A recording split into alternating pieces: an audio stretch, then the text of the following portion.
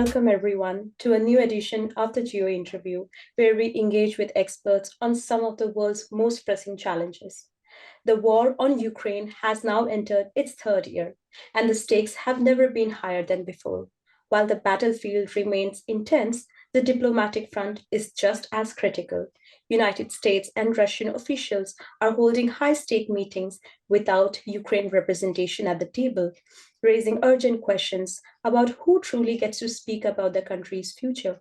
European nations are calling for Russia's immediate withdrawal, while reports suggest that US is negotiating access to Ukraine's rare mineral reserves in exchange for the continued war support. The paths to peace seem more complex than ever before. As the country continues to navigate through war, diplomacy, and reconstruction, there are so many questions about peace that has come up. We want to explore what a just and lasting resolution would look like. How do we even get there? What are the obstacles that come in the way? And what role does the international community has to play? To help us navigate through these complex questions, today we have with us an exceptional panel of experts with deep knowledge in international relations, conflict resolution, and policy analysis. First of all, we have Dr. Luke Cooper, Associate Professorial Research Fellow at the London School of Economics and Director of PeaceRep's Ukraine program. Joining us from Odesa is Dr. Volodymyr Dubovyk, Associate Professor at the Department of International Relations and Director of the Center for International Studies. We also have with us Dr. Maryna Rabinovych, Assistant Professor at the Department of Public Policy and Governance at the Kyiv School of Economics. And finally, we are pleased to welcome Dr. Leon Hartwell, Senior Associate at LSE Ideas and Non-Resident Senior Fellow at the Center for European Policy Analysis. I would like to welcome all the panel members today. Thanks everyone for being here today. Let's dive right into the questions now. My first question would be directed to Dr. Luke Cooper. Dr. Luke, economic models play a vital role in shaping a country's resilience, particularly in times of wars. In the context of the ongoing conflict, I would like to understand what are the potential benefits and challenges of implementing a state-led economic model for Ukraine. How would it look like? Over to you. Well, one answer to that question is it would look a lot like what Ukraine has at the moment. So, I mean, over the last 3 years, Ukraine has developed, in a way, a state-led war economy. One can question whether this was by contingency, by accident, or the extent to which it was by design.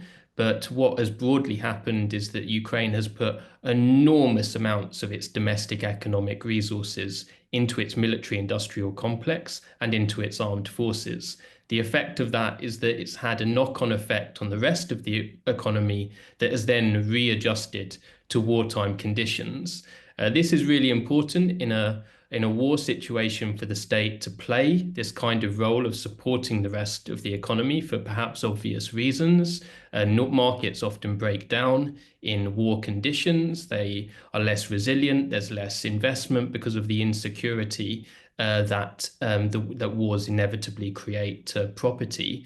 It has to be said in that context, though, Ukraine has what you could call a hybrid war economy. It's not as state-centralized as classic examples that we might look to in World War II. It doesn't make use of central planning, for example. And you would have to say that markets are perhaps surprisingly resilient in Ukraine at the moment. I was in Dnipro in October, for example, where apartment blocks are still going up to house the workers that the city needs for its industrial economy, and that investment is only being indirectly supported by the state, not directly supported by the state. So markets are actually still functioning in Ukraine to a degree at the same time, but it's certainly a state-led war economy. Thank you for your views. This is really interesting to understand the political economy of Ukraine, and the important aspect that you have highlighted, that economy is still showing signs of resilience even during these tough times. And that's something that is really interesting to note, especially if we understand the political economy of war-torn countries. My next question is related to international alliances, and I would like to ask this question to someone who has an extensive experience in terms of relationship between United States and Ukraine. Dr. Volodymyr Dubovyk, my question to you is, how do you understand the current state of partnership between United States and Ukraine? What do you think are some of the strategic measures that can be adopted by both these nations to strengthen their alliance? And how can these efforts influence the broader security dynamics, if I may ask you? Yeah, well, I mean, of course, U.S.-Ukraine relations, something which plays a huge role for us in Ukraine, especially now in this last 3 years of full-scale invasion of Russia against Ukraine. Clearly, there's been a major change, the watershed change of power in U.S., and we are seeing already in the last few days the new approach by this administration, Donald Trump administration, which is not making us really happy in Ukraine. There are some people still hoping in Ukraine that maybe somehow, eventually, gradually, the Trump's presidency will turn out for better for Ukraine. But I personally do not belong to those. I actually didn't have any optimistic expectations from Trump returning to the White House. So therefore, of course, when we're seeing the change of attitude, the tone from Washington, we're not really pleased because U.S. positioned itself for a good reason to be an ally for Ukraine and being invested in Ukraine's victory, or at least not loss in this war. But as of recent, U.S. is pretending to be some kind of a honest broker or some mediator instead. So we don't even hear who is an aggressor and who is not. The recent couple of examples of how U.S. diplomats now interfered with text of resolution in the United Nations General Assembly and also G7, the Great Seven, a resolution now dedicated to the third anniversary of the full-scale war of Russia against Ukraine. And it's very disappointing and really disappointing to us in Ukraine that Americans insist now that this is called a conflict, not a war. It's called Russia-Ukraine. No one is calling Russia an aggressor. No one is actually saying that the need is to support Ukraine. There is also pressure for Ukraine to sign some kind of a deal that some natural resources will be used by the United States in some way. Incredible pressure, actually, which is quite unusual and unexpected for us, which really reminds us of some kind of old school imperialistic neo-colonialist kind of activities when you say, well, we gave you some money, and while we gave you some money, we didn't say you have to pay back, but now we kind of think you probably have to pay back, and how you not going to do that? You'll probably give us half of your rare earth minerals away, which is, by the way, even in the most modest estimates, is maybe 10 times at least more than what US gave to Ukraine in the previous 3 years.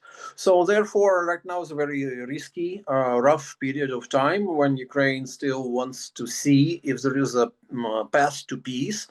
Can it be fair, that peace? Can it be durable? Can we actually receive some security guarantees that would prevent Russia from continuing with aggression or maybe start a new war in 2, 3, 5 years from now?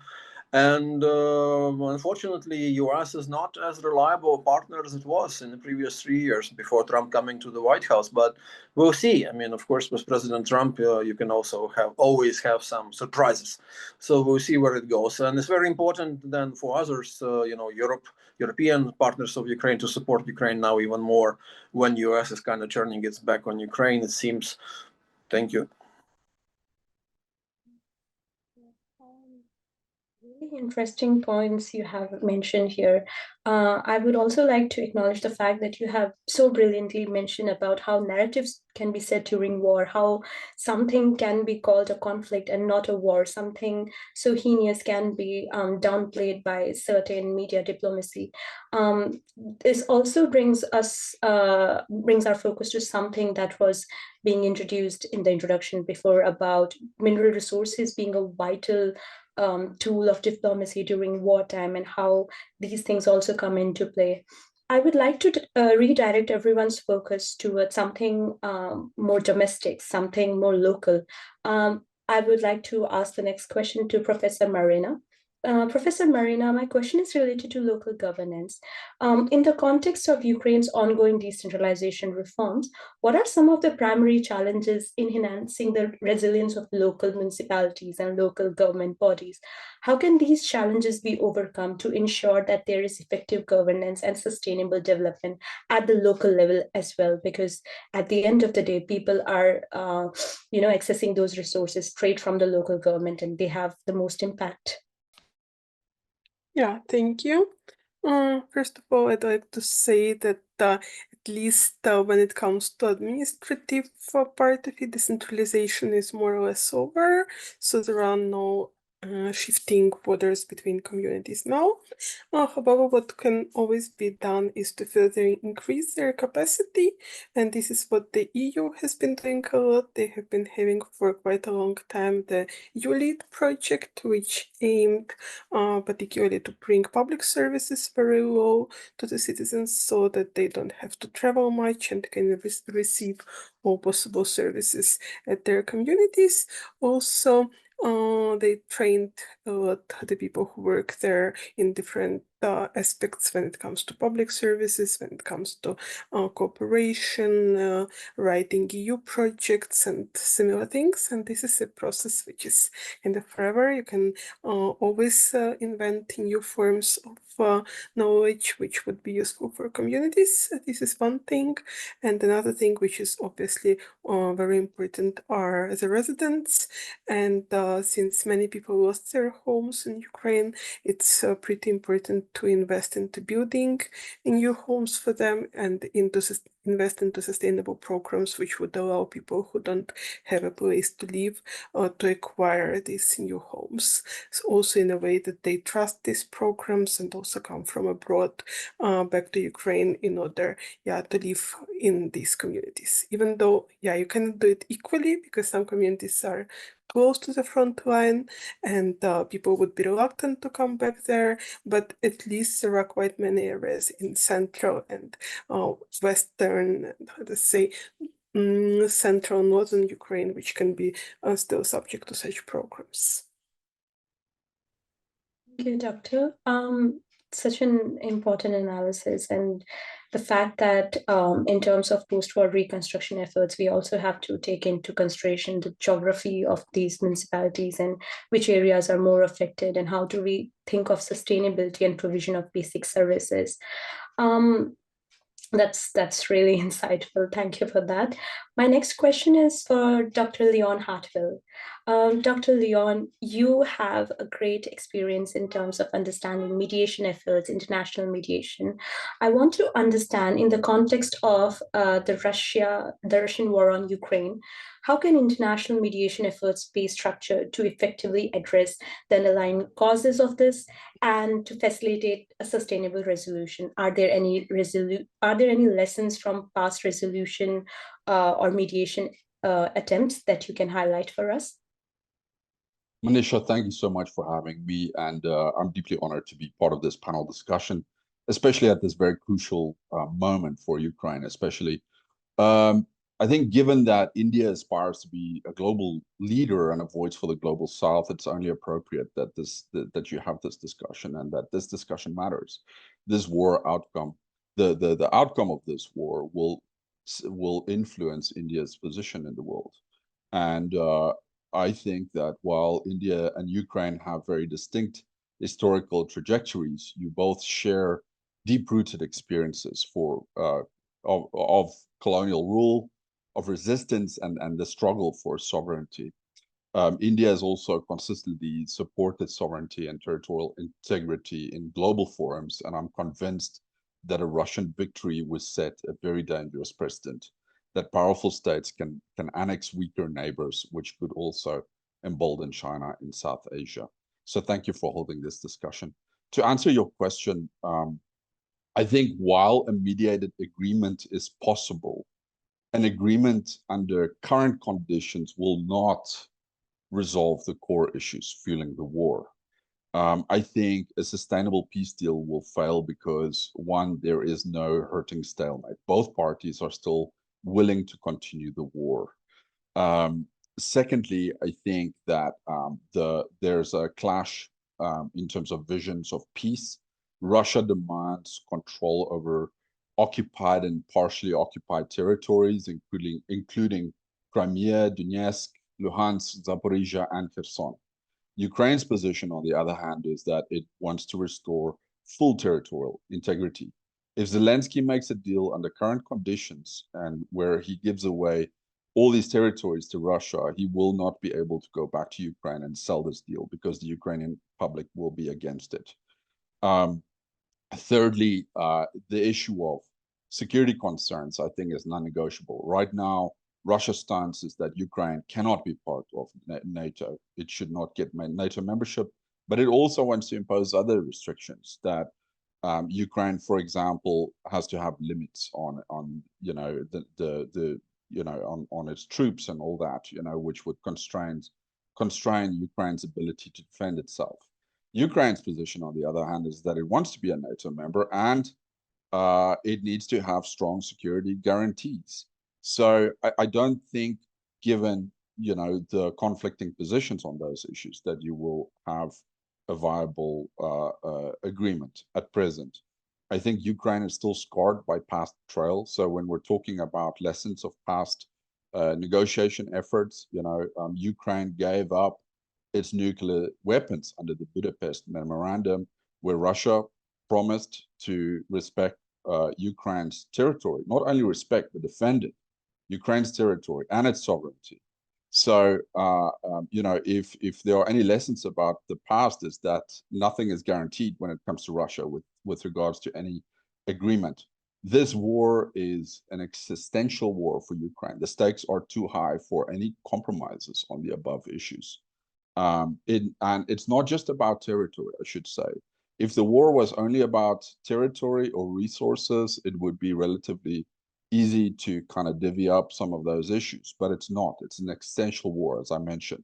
And the data supports what I'm saying, that conflicts centered on security and national identity rarely end in any durable negotiated settlements. So that's my perspective. Thank you.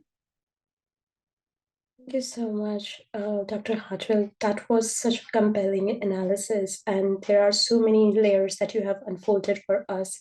The fact that, as you said, war is now has reached a state where it's about existential issues, and it's more complicated than ever.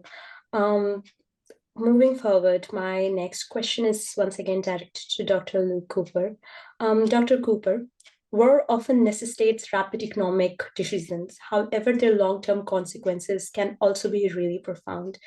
My question to you is, how does economic liberalization and deregulation during wartime can affect the social cohesion and overall war effort in Ukraine?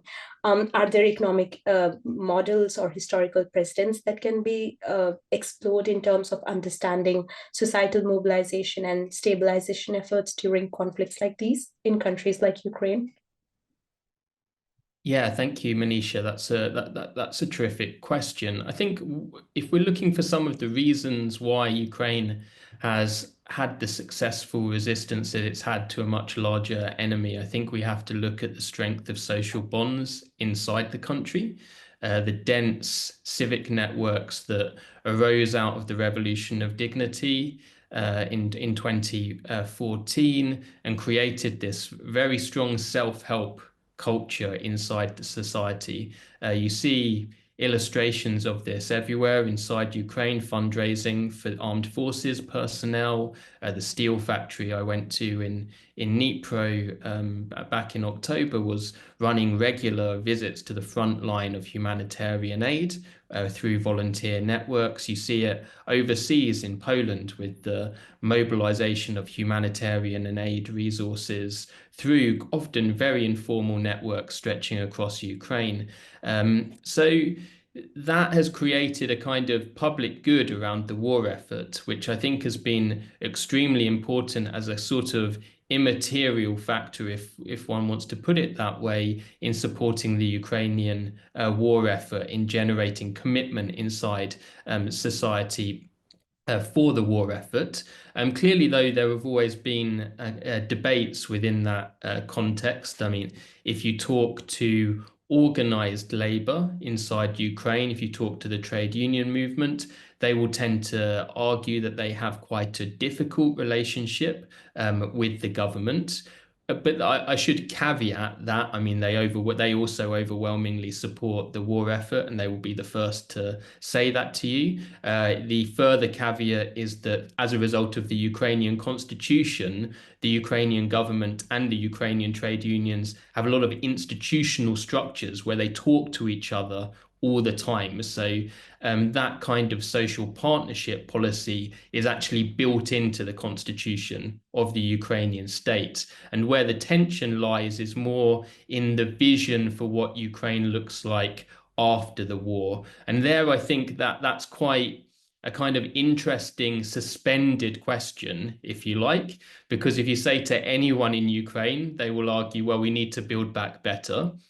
But then the definition of what building back better is really very different. So it could be from a very, very low tax, almost economic libertarian, if you like, agenda, free market agenda, to something that looks more like, on the one hand, to, on the other hand, something that looks more like a highly regulated Western European social partnership economy. So I think amongst those that are participating in that debate inside Ukraine, there's a kind of informal agreement that this is a political argument we will have once we deal with the Russians and we've liberated our country. And of course, I think for those of us who are outside of Ukraine, we need to support that democratic position, that fight for freedom, but also that institutional basis that it's up to Ukrainians to decide what their country looks like, what the definition of Build Back Better looks like after the war. For your views. This is really interesting, and the fact that you have mentioned the role of institutionalism and the inculcation of democratic values, and how the way institutions and these non-state actors or state actors interact can also affect social cohesion during wars, and how people understand war and whether they want to fight for the nation or whether who they want to support. I feel that's a very nuanced way to looking at it. My next question is related to the Black Sea region, a very critical geopolitical hotspot over the years. Dr. Volodymyr Dubovyk, in the light of your expertise in the Black Sea region, what are the primary challenges that you can see in this region? And how do you evaluate the roles of regional actors and external powers in addressing these security concerns? Do you think there are any kind of collaborative strategies that can be implemented in order to ensure more stability? Yeah. Well, before I answer this question, just a very quick comment on your previous remark about the democracy and the state of democracy. And I think in Ukraine, it's very important for us to maintain democracy. I mean, right now, we do have some signs of democracy being suspended because, of course, there is this major war and there is martial law. The other day, President Trump was looking surprised that Ukraine has a martial law. Of course, you do have a martial law in a country which has such an existential challenge and a threat on its hands. So, but at the same time, no one is planning to do away with democracy. And President Zelensky has ratings measured and actually going down, but of course not to 4%, as again was mentioned by Trump the other day. And Ukrainians cherish democracy. We like it. That to us, it's one of the things why we're fighting against Russia, because Russia is a authoritarian, increasingly authoritarian country. Ukraine is a democracy, maybe not a perfect one, but we like it to be that way. And therefore, so the martial law will be lifted one day. There'll be elections. There is a position in Ukraine, in the parliament for the duration of the time being of the war. This opposition is not necessarily very critical of Zelensky because he's a wartime leader of Ukraine, but they can be, and they are critical sometimes from time to time about him. So, I mean, what the point is that Ukraine, of course, is not a dictatorship. Ukraine is still vibrant as much as you can have a vibrant democracy under such circumstances. When it comes to the Black Sea region, well, of course, everything depends on how the war ends and when does it end, because, of course, the Black Sea is one of the areas where you have the war ongoing. You did have Ukrainian ports being blocked for like half a year early in the full-scale war, so between February and July of 22. Then there had been deblocked. There was a grain trade deal negotiated by Turkey and United Nations. Then Russia was part of it. Then they left the grain deal. But anyhow, Ukraine is managing now to transport and carry a lot of agricultural products to the rest of the world, and actually playing the major role, because we found out ourselves in Ukraine how much of the segment of the market actually belongs to Ukraine when we've been blocked and there was a blockade of Ukraine ports. Suddenly people were not receiving enough sunflower oil or bread all over the world, including, I remember clearly reports about shortages of bread in Sri Lanka, for instance. So basically it's a problem, and there was a food crisis around the globe, the global food crisis, but luckily enough now Ukraine is almost back to the same level of exporting agricultural products as was before the war, and Russia can hardly do something about it. I mean, of course they can destroy the port facilities, but they cannot get close to the coast, because of course Ukraine can actually strike their ships, and moreover, of course, most of the Russian Black Sea Navy assets been moved from Sebastopol in occupied Crimea to Novorossiysk and other places further away from Ukraine, so that they cannot be reached by Ukrainian drones and Ukrainian missiles. And in general, of course, there is a tension, there is anxiety in the region, there is a lack of security in the region. There is no idea how you can put together the collective security project in place while this war is ongoing. Everyone is positioning themselves in a certain way. Clearly, Romania and Bulgaria are kind of on the side of Ukraine in many ways, being members of EU and NATO. Turkey is balancing its game. They're maintaining relations with both Russia and Ukraine. Georgia, surprisingly and disappointingly for us, the Georgian government is not necessarily supporting Ukraine, even though Georgia and Ukraine were allies in the region for a long time. But the Georgian society actually is still very supportive of Ukraine. So everyone is balancing. Like if you talk about Azerbaijan and Armenia, they also have their own interest in the light of what's going on in the region. But it's just too early to say what's going to happen to the region and regional security, because first we need to know how the war will end, and will it end soon, or will it end later in a day. Really interesting how you have unpacked the phenomena of globalization in this, and how countries are so interconnected. Yes. The fact Indeed. that agriculture in Ukraine is not important only for Ukraine, but for the whole world. And Yeah. so many countries are dependent on Ukraine, and so many countries are relying on it. And that's really important. My next question is a bit similar to the external relations that I have been talking about. This is directed to Professor Maryna Rabinovych. My question to you is about the European Union's external relations. How can EU's trade and development policies be optimized to support political development and rule of law in neighboring countries? Do you think it still has the power? Do you think it still has a big role to play? Definitely, it still has the power, because Ukraine got the EU candidate status, and it additionally the same increased the EU's leverage in Ukraine after the war started. Plus, if you think of EU assistance and the fact that we basically don't have any other regional integration options anymore, because we learned quite much about what integration with Russia could look like. That's why there is not much choice than implementing what the EU asks for, and therefore the EU has an opportunity to, let's say, use association agreement and deepen comprehensive free trade area further to support political reform in Ukraine.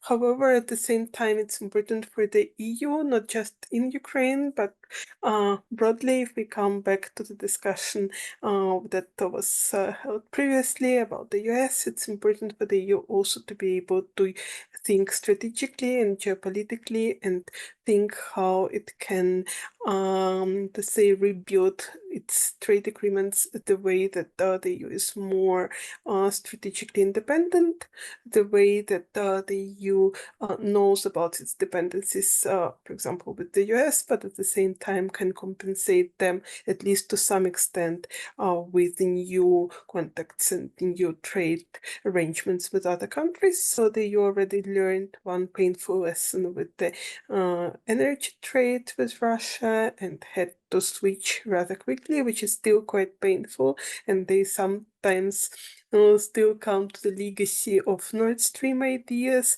especially if you think of the opposition parties in Germany amidst the upcoming elections. Still, the cheap energy resources is something they really want, but they managed to overcome this problem, at least partially, by diversifying trade, by making new arrangements like with Azerbaijan, with Qatar, with other countries, and this is what the EU should also look like. So it's definitely important to promote political reform, but now for the EU it needs to make its trade policy more suited to geopolitical needs also. Yeah. That's really nuanced, and that's really impressive how you have mentioned how it's not just about political reforms anymore, it's also about trade policies. And the fact that you mentioned about the problem of dependency, about these multilateral organizations, these multi-groupings, through some countries, and how, we have to like maneuver through these challenges. My next question is directed to Dr. Leon Hartwell. Dr. Leon, in our previous discussion, different panelists have talked about the role played by political leaders like President Donald Trump and America. I want to understand that in the present context where President Donald Trump has suggested a mediated solution to the Russia-Ukraine war, what insights can we draw into his mediation style based on the past diplomatic engagements? And do you think that if he were to act as a mediator, what approaches or potential outcomes can we anticipate through that? Thank you for that question, Manisha. Yes, in terms of Trump priority is Trump. His mediation would be about his personal legacy and about showmanship, not about sustainable peace. Trump presents himself as sort of the master negotiator. He's asserted, for example, that he would end this Russia-Ukraine war within 24 hours of assuming office, and yet here we are. And here I need to be clear also, like, as I mentioned, I don't think the conditions are right for any form of mediated solution that would lead to any sort of outcome. But still, I think Trump as a mediator would also be a disaster at the same time. What we've seen, as mentioned by Volodymyr earlier, over the last month since Trump has taken office, is sort of this pro-Russia pivot.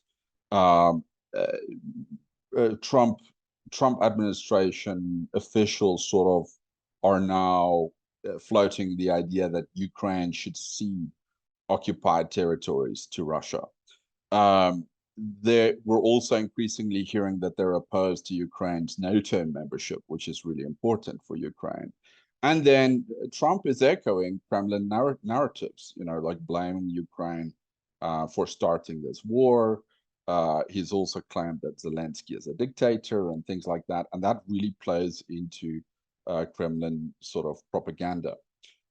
We also heard earlier during this panel discussion that Trump is sort of extorting Ukraine in certain ways. US support for Ukraine is now linked to access to Ukraine's rare earths, at a time when Ukraine is in an extremely vulnerable position. And I think, just going back to some of the issues that I mentioned on sort of the Russia pivot, Trump is giving away a lot of issues that should be talked around the negotiation table prior to any form of mediation process. So that is really problematic. In terms of Trump's track record in diplomacy and mediation, the situation that I observed most closely during the Trump 1 administration was the sort of, I think it was 2020, the Serbia-Kosovo mediation process that took place at the White House. It was extremely superficial. And I wrote an article at the time, Diplomacy is Not the Apprentice. I think both, Trump tried to present that mediation process as sort of the deal of the century, but, Serbia and Kosovo signed two different documents. And I'm not talking about their signatures on two different documents. The language in the documents were different. Those documents were never ratified by their parliaments, which means that there was actually no deal. And yet Trump claimed that, it was the deal of the century, as I mentioned. He claimed that, quote unquote, I stopped mass killing, and he sort of demanded a Nobel Peace Prize for his efforts. So that said, I think if Trump were to mediate this, between Russia and Ukraine, I think he's going to put a lot of pressure on Ukraine to give in to territorial concessions. He's going to focus on a quick optics-driven deal rather than a sustainable long-term resolution that would help to end this war for good. And I think such a deal would risk legitimizing Russia's territorial gains, which will have massive negative implications at the global level, not just for Ukraine, but also for the world. Thank you. It's interesting how you have mentioned the role of narratives once again, something that we discussed earlier, and the cherry picking of issues by political leaders and the way they package deals and the way they set those certain aspects of the deal where they extract the most out of it rather than doing the good. But yeah, that's really interesting to look at and something to think about. Now I would redirect our focus again to Dr. Luke Cooper. Dr. Luke, while going through your profile and reading your works, I came across this concept called new global fragmentation. Considering the hypothesis of new global fragmentation arising from Russia's war against Ukraine, how does this concept differ from traditional geopolitical analysis? Please share, what does it mean? How do we explain this one? And what are the implications of this fragmentation on international support mechanism and Ukraine's defense of its sovereignty? Yeah, so I think the concept of geopolitical fragmentation is trying to capture the way that the number of actors that have a significant stake in the international order has multiplied to a great deal. Now, if you were serious about resolving the Russia-Ukrainian war through negotiation, I think any peace agreement process that one would design would reflect that. And that would make it probably the most complex peace negotiation in history. You would need India around the table in some form, and other global South actors, Brazil, that have, and you'd need, I think, Asian states involved beyond, including, of course, China. And what is interesting in that context about the way in which Trump is approaching how to end the war is that you can describe it as encapsulating what we might call great power politics. So this is the idea that two great powers, in this case the United States and Russia, need to meet in a series of smoke-filled rooms, decide the outcome, and impose that outcome on the rest of the world. Now, my hypothesis, my conceptual hypothesis, which I admit Trump is testing, would be that it's not possible in the 21st century for geopolitics to be undertaken in the way that Trump and Putin imagine it. I don't think that they have the power capacities to impose an agreement on Ukraine and indeed on Europe and indeed on the wider global South. I think it's very interesting from Russia's geopolitical relationship with the relationships with the outside world that China is, of course, this has been overlooked, but China was also sidelined from the Saudi meeting and pushed to one side, even though you can criticize it, but they have come forward with proposals to end the Russo-Ukrainian war. So Trump is coming in with this classic kind of neo-colonial politics that the mineral deal, of course, is a part of. The question is, does he have the material capacity to impose an outcome on Ukraine and other states. I think broadly that he doesn't, but there are three areas that are really tricky for the Ukrainians and Europeans to make up for. Those areas, I think, first of all, are Patriot missile defense systems, which are the gold standard. They can knock out all of the Russian missiles, and only the US has access to those. Secondly, it's kit for American military infrastructure that Ukraine already has, so spare parts. Again, you need the Americans to supply those. Those two things can be purchased in principle from the Trump administration by Ukraine and its allies, so that might be possible. But then the third thing, that if Trump really wanted to try to impose an outcome on Ukraine, I think is harder, and that's the quality of American intelligence. And if you talk to the Ukrainians, those are the three things that they're really concerned about. And if Trump really wanted to play hardball with the Ukrainians, he would probably say, well, look, we're going to cut off your access to US intelligence sources. And I think that would be troubling for the Ukrainian side. It would be really difficult for the Europeans to make up for that. The final thing I would emphasize in all of that context is that this is a very strange and perhaps unique situation, because the head of the US government has come along and appeared to endorse Russia's position, appeared to align itself with Russia's war aims. However, the entire institutional structure of the American security apparatus is still embedded in Euro-Atlantic security institutions, and in the Ukrainian side, there's still military aid from the US flowing in to Ukraine right now. So it's a very contradictory picture, and I'm just emphasizing that because I think it creates enormous uncertainty, because we're in extremely uncertain and previously untraveled waters when it comes to US foreign policy right now. Thanks for that. I would just like to emphasize the fact that when we're doing political analysis, it's very easy to say these are wicked problems, but then contextualizing those is something that's a skill. And I really appreciate the fact that you have contextualized why it's complicated, what are the areas of most important, stress points between Ukraine and US, and why there is power imbalance in a certain way. Thanks for sharing that. My next question is directed to Dr. Volodymyr Dubovyk. Dr. Volodymyr, I would like to understand your view on Ukraine's foreign policy. How has the nation's approach evolved during the times of crisis? What are the key priorities that Ukraine should focus now in order to navigate its international relationships and to balance its domestic interest with the external pressures that it is facing right now? Well, I mean, the priorities are obvious. We need to survive first as a state. This is an existential struggle. This is some kind of war, which many people call war for independence, because we didn't have one when Soviet Union broke up, and then Ukraine, among other countries, emerged as independent nation states. So first, we need to secure that there is Ukraine, sovereign Ukraine, independent Ukraine, even if temporarily there will be some territories lost.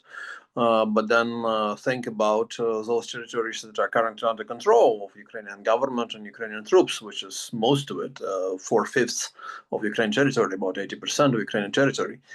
So the foreign policy then plays a secondary role in terms of helping to defend the country. So whatever we need to do to secure better deals in the security field, that's what the foreign policy is all about. So therefore, we need the foreign policy diplomacy, which is helping us on international level, including United Nations, where you're going to have a meeting on Monday, an important one. And it's been quite important still for us, even though UN is kind of paralyzed by, of course, Russia's and China's veto power on the Security Council. But still, as a forum, as a place where you can meet and discuss, and Ukraine has been supported in a number of votes in the last 3 years, so still important for us. So here is a role for Ukraine's diplomacy and foreign policies, and we need to secure continuous supply of weapons, because it's all about weapons. Unfortunately, whether we like it or not, before you get to some kind of peace agreement, you need to have a better negotiating position, and that depends on situation on battleground. So why is Russia now so confident and bold, and why they feel that they can continue the war? Because it's going their way. They have an initiative. They're crawling slowly into Ukraine's territory, even though, as was mentioned again, now that, of course, people who are saying that Ukraine is about to lose dramatically like any day now, that's not true, because at the pace that Russia is having within Ukraine, it would take them almost a century, another 80 or 90 years, to continue pushing before they would actually be able to control Ukraine, most of Ukraine. But that's not going to be the case. But yeah, we need weapons, and therefore foreign policy, we need security guarantees. Ukraine has signed security assistance agreements, treaties with almost 30 countries now. Of course, it depends on which country we're talking about. Some countries can provide more assistance, some less. But this is an important thing. The Ukraine Defense Contact Group, which was established by US, but now is basically operated and ran by NATO headquarters, and because they did this change last year, anticipating that new administration of Trump might not be necessarily interested in running this structure. So here you have 50 plus countries also actually taking part. So therefore there are so many tasks and priorities for Ukrainian foreign policies, but right now everything is focused on survival, on defending Ukraine, on thinking, how not to lose the peace, how first not to lose the war, but also not to lose the peace, because Ukrainians know that whatever Russia is signing, there's no value in it. They've been violating so many agreements before. There's no trust whatsoever. So no one in Ukraine just wants to sign something for the sake of signing, some kind of ceasefire, the fragile, which would give Russia operational pause, and they would just recruit more people, mobilize more people, and produce more weapons, and would continue pushing into Ukraine. Because if you look at their rhetorics, and actually formally their priorities in Russia, they're just not comfortable with independent Ukraine standing next door to Russia. So therefore, I'm not talking about incorporating necessarily entire Ukraine into Russian Federation, but they don't want independent, viable, sovereign Ukraine. So this is what the foreign policy of Ukraine is doing, and that's what all of us are doing. We're trying to secure the future for us, which is not ideal, which is of course going to be grim anyway, and it will require more work in the coming years. But at least that would secure the existence of our nation state. Really important. It's really important how you have brought this whole conversation back to the concept of sovereignty, something which is at the core of every foreign policy. Absolutely. Every, the idea of a nation itself. So thanks for bringing the focus back, and I feel that's really the need of the hour, to make sure that the country get its sovereignty back to itself, that was never seized in the first place. Let's move on to the topic of EU-Ukraine Association Agreement. Dr. Maryna Rabinovych, in the light of the EU-Ukraine Association Agreement, what mechanism do you think can be implemented to improve compliance negotiations and to ensure that there is effective implementation of agreement provision, so that the agreement is not just on paper, but there is some real robust, outcome out of this? Yeah, so the agreement has been in force for already, let's say, 8 years. So there have been already quite some frameworks and institutional groups which meet and assess the state of implementation. And this is where they negotiate in case there is something which cannot be achieved, or Ukraine needs assistance, or something has changed, because also we need to remember that the agreement was negotiated as itself more than 10 years ago, and a lot of things have changed since then. So there is a whole architecture of how this works. But still, since Ukraine started formal accession negotiations with the EU, there is always room for improvement. And in a way, what would have been interesting is to find ways to upgrade the agreement, to open up for more exports from Ukraine, for less quotas, because initially when the war just started, the EU granted fully free access for all Ukrainian goods, which wasn't the case under the deep free and comprehensive trade agreement, because there were still some sensitive issues, especially with food products, with agricultural ones, but the EU first thought, okay, it would be possible to grant full access. Then the member states many of them were against it. Maybe someone, especially our panelists, still remember all the protests at the Polish border, farmers and all this. Then there was a compromise, and actually still the trade is not entirely free. Plus, these trade-related concessions, they are temporary, they are being prolonged each year, so there is no certainty that such a regime would continue for a long time. What could have been done is to make this regime permanent, to integrate these changes into the association agreement, as well as the changes which concern road transport, which concern conformity assessment of Ukrainian goods. This has been another story with industrial goods, which started probably 6 years ago, but still the EU and Ukraine are not finished with discussing the agreement on conformity assessment, so that Ukrainian industrial goods would be considered of the same quality as the EU ones. And this is also something which can be finished if there is enough, let's say, will and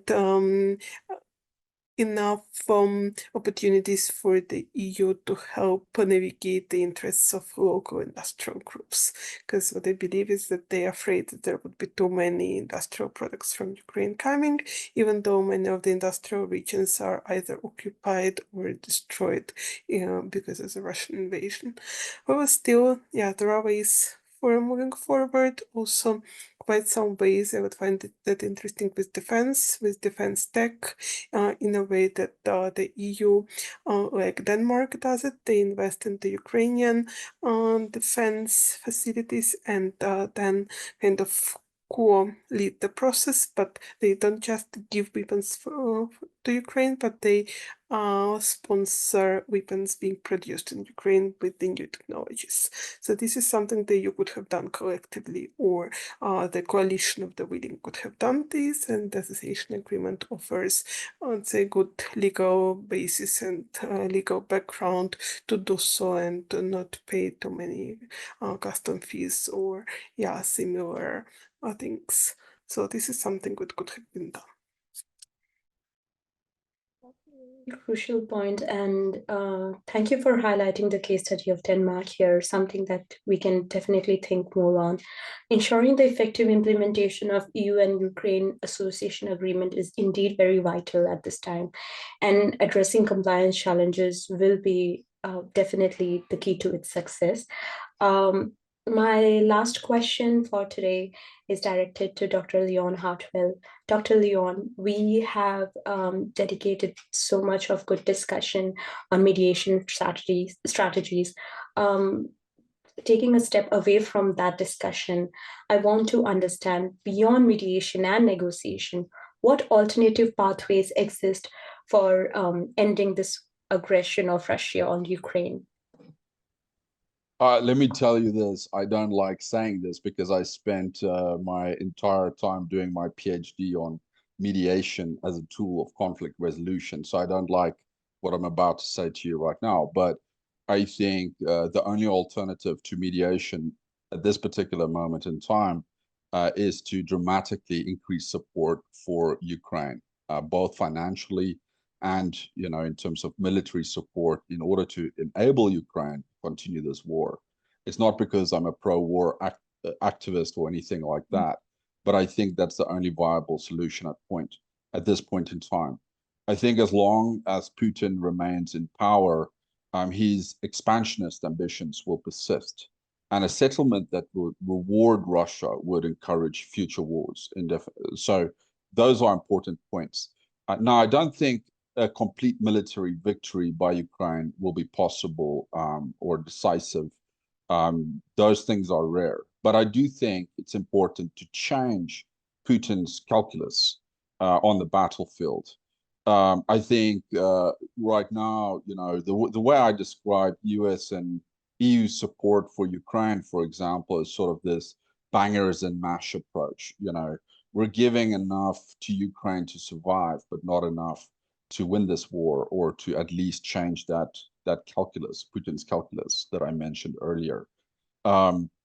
I think that we need to dramatically escalate support for Ukraine so that we can get Putin to the table to negotiate in good faith. So just to put things into perspective, up to now, for the past 3 years, Ukraine has received about $280 billion in aid globally. It's not what Trump said, $500 billion, which he's demanding from Ukraine, through his extortion. But Europe contributed the bulk of that aid, which amounts to about 138 billion US dollars. The US contributed 120 billion US dollars. And for perspective, what the US gave to Ukraine over a period of 3 years, is the equivalent of what the US spent in Afghanistan in 1 year. Okay, so it's not that much, the way it's been presented and politicized by some individuals. In terms of there's a lot of disparities in terms of contributions by NATO member states. So we have small states like Estonia, Latvia, and Lithuania that have contributed close to 2% of their GDP towards Ukraine's war efforts. That's both military and humanitarian aid, of course. But then there are major NATO economies like the US, Germany, and the UK that have contributed far less in GDP percentage terms, ranging between about 0.3% and 0.6%. So I think there's a lot of potential for increased NATO funding for Ukraine. And to contextualize things also, if you combine all the economies among NATO states, that amounts to about 46 trillion US dollars. That's 20 times larger than the Russian economy.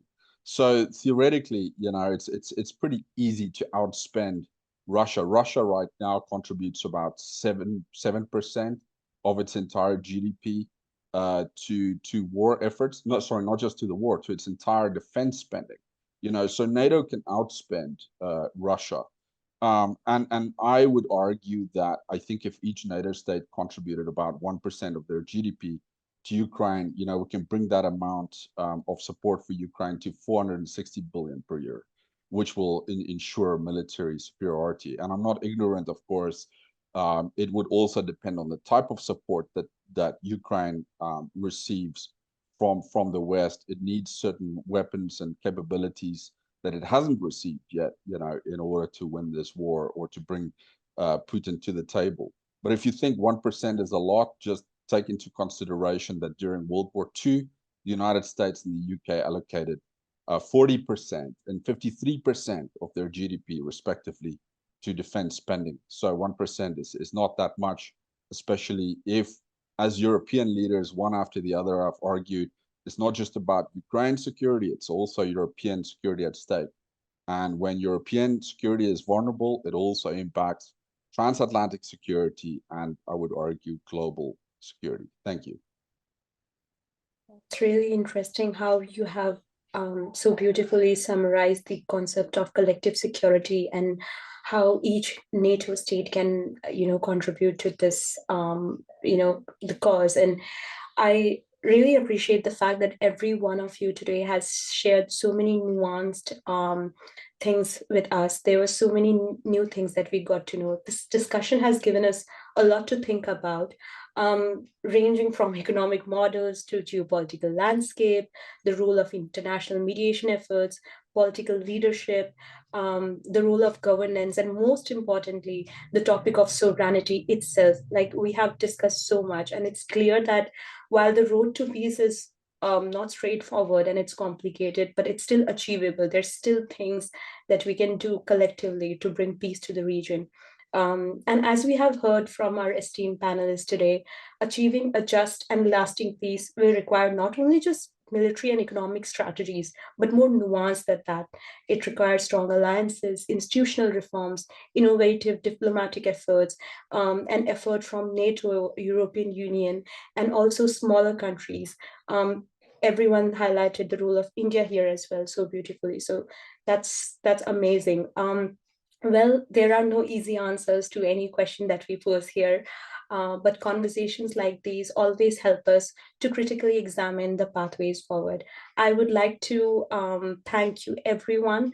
A huge thank to all the panel members who brought their insights and expertise into this discussion. Thank you so much for taking out time today. And I would also like to thank the audience for engaging in these critical discussion every time we feel that.